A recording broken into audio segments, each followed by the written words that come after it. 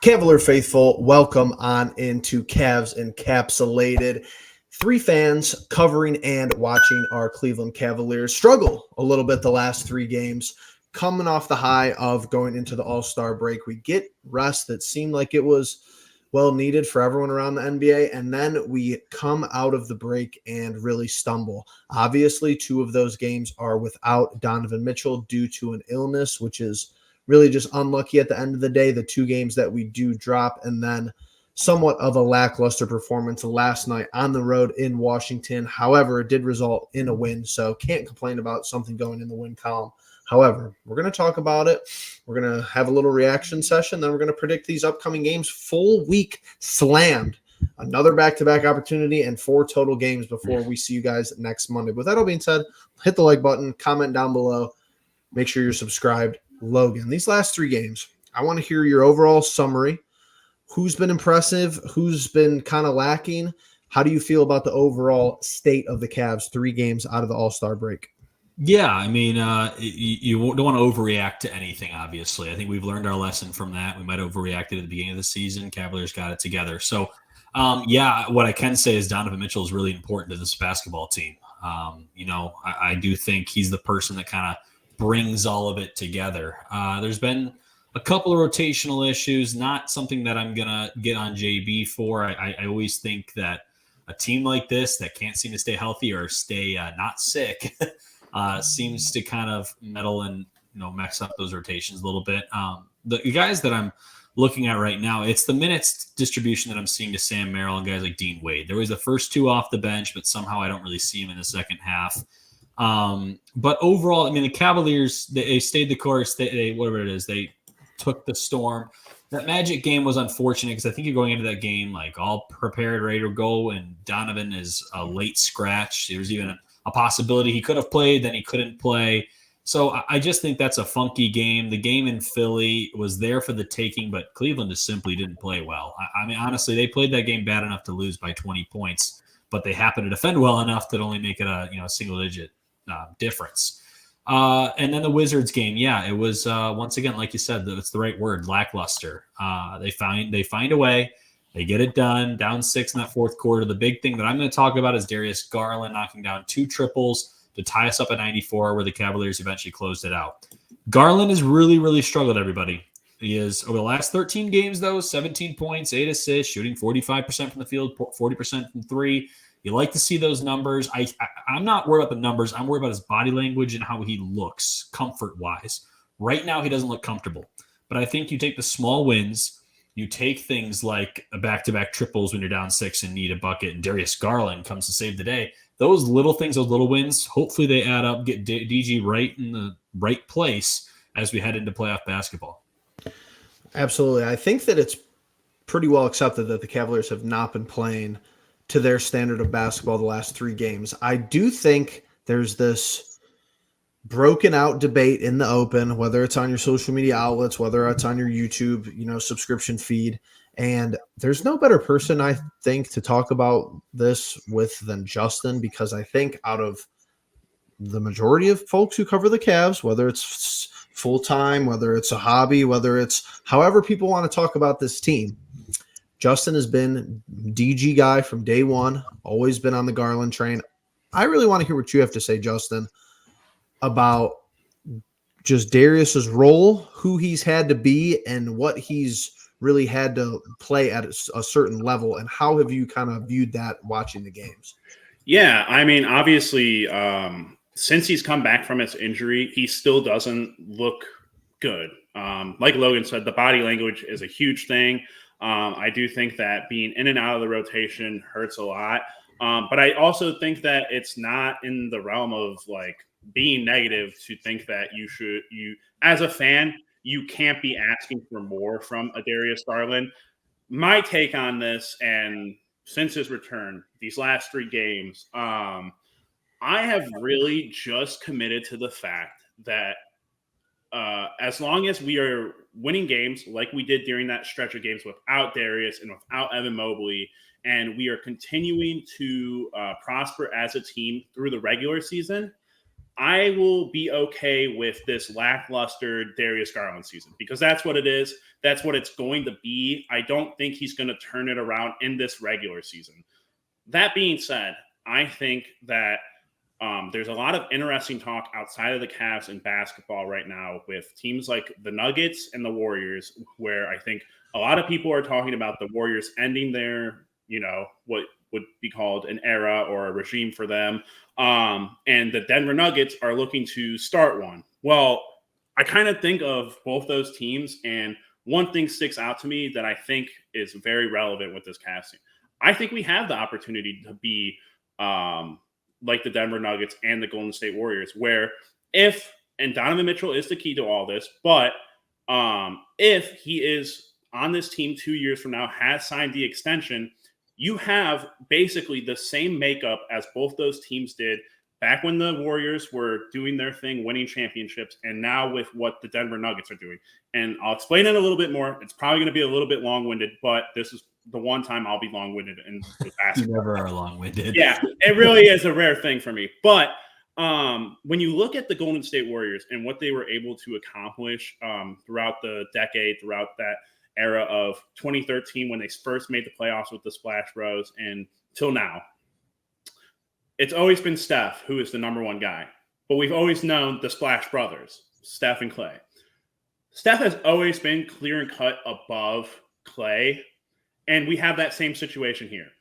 Donovan Mitchell is clear and cut above Darius Garland.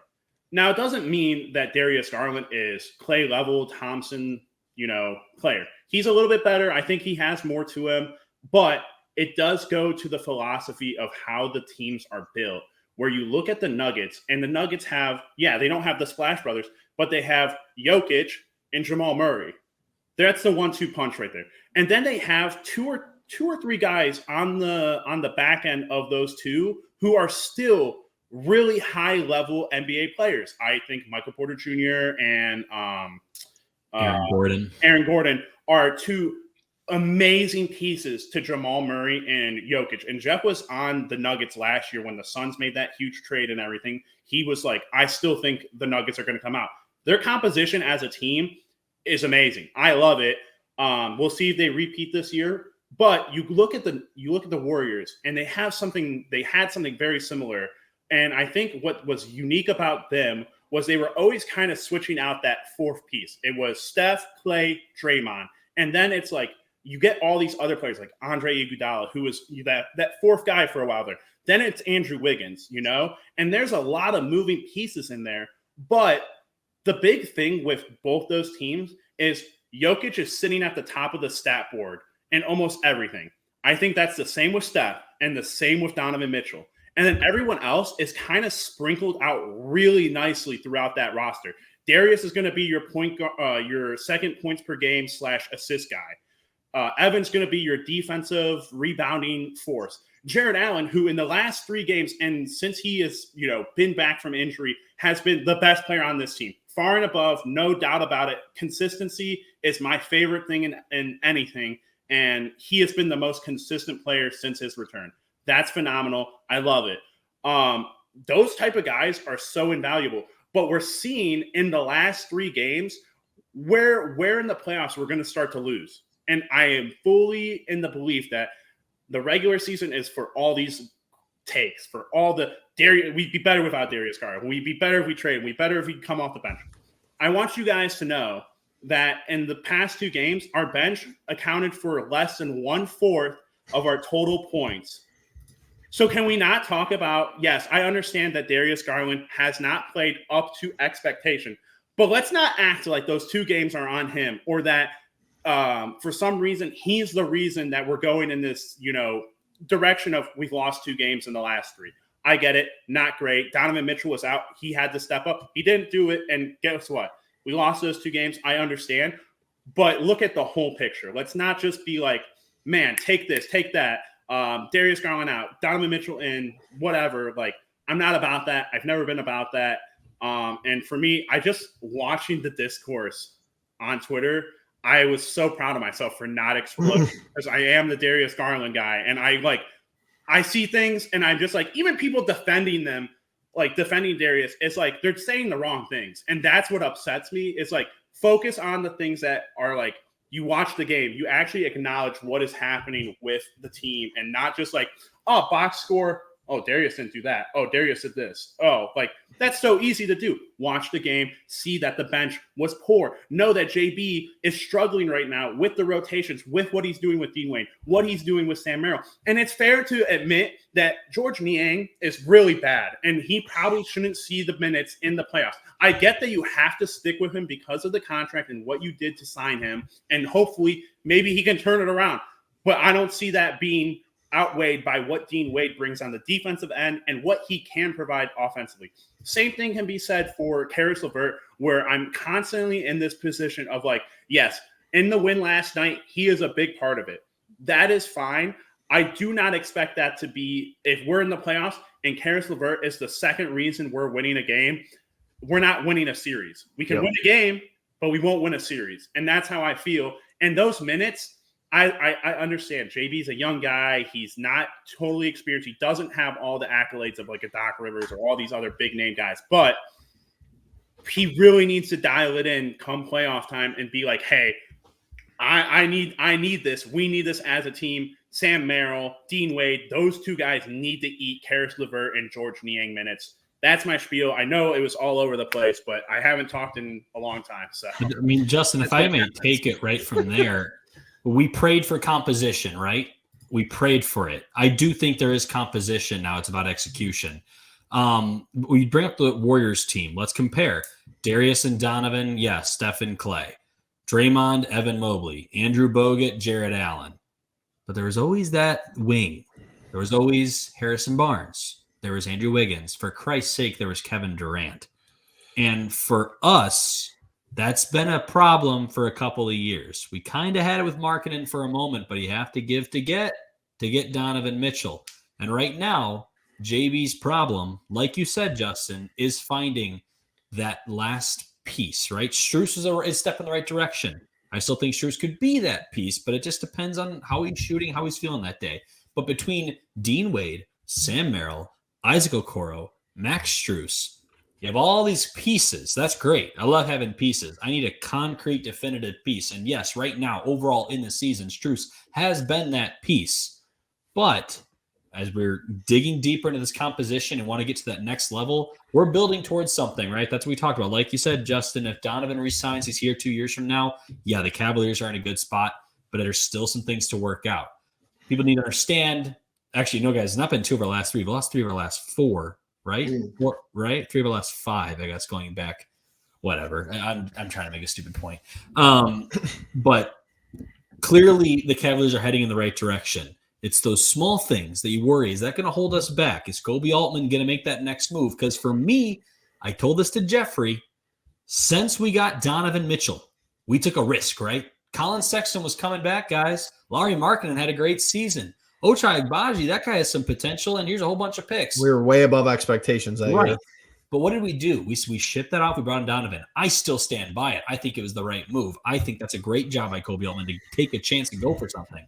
Agreed. But since Donovan has been here, you got to capitalize. It's been 2 years. And yeah, you bring in Strus, you brought in Niang, and you bring Damian Jones and Ty Jerome.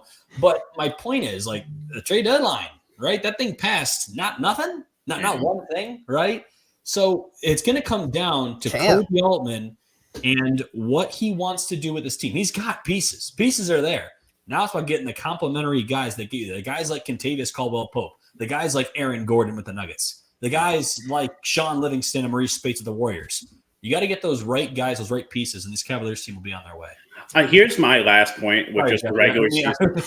We're good. You guys are ahead of the game. I love it. My only thing with the composition is like, I stick by what Jeff has, alluded to for a long time, where it like no one cares about the 73-9 Warriors regular season. No one does. Like, great for them, whatever. But I would prefer to continue to play well as a team, watch guys struggle like Darius has, like Evan has, like Donovan even has, and kind of still be able to weed out through the season and get to at least top 3 positioning. My biggest thing with this, and it was interesting watching you guys last week not being a part of it, was listening to Jeff talk about like last year we fell for the trap about like being a higher seeding, playing a lower seeding, 4 or 5, that's a little bit of a tougher matchup, obviously, for the high seed, but I think it's crucially important this year to get to the top 3. Obviously, Miami, I do hate the play-in because I think teams like Miami, and you look on the west side of it, the Lakers and the Warriors, teams who I think could be better than what they are and will play better in the playoffs. They're at the bottom. I would hate to get in Miami, of course, but I would love to get any other of those 3 teams to match up against. I would not like to have to play some of these other teams that are creeping into 4-5 territory and, higher, obviously something to talk about. But when you talk about the roster composition, that's why a guy like Niang continues to get minutes and a guy like Strus is going to be invaluable. And I'm interested to get to that point in the season because that's when we really get to see the true value of those 2 guys. I think Max Strus, no matter what his box stat sheet is, I think he's an invaluable piece because he's just the guy who rights the ship. He's kind of just like let's calm it down, guys. Like, let's pick it up. We'll be fine.